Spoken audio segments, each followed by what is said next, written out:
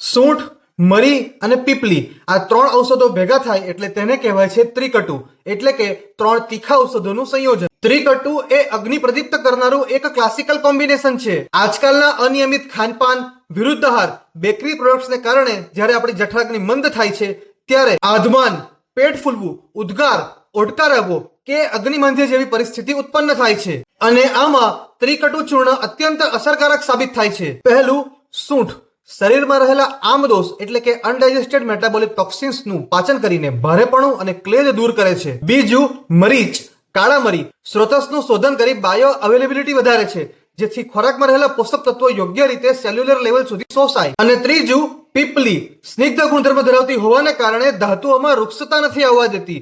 ત્રિદોષ સામક હોવાની સાથે સાથે એક શ્રેષ્ઠ રસાયણ પણ છે. હવે આ ત્રિકટુ ક્યારે લેવું, કેટલું લેવું, કોણે ન લેવું જાણવા માટે ફોલો કરીને કમેન્ટ કરો ત્રિકટુ.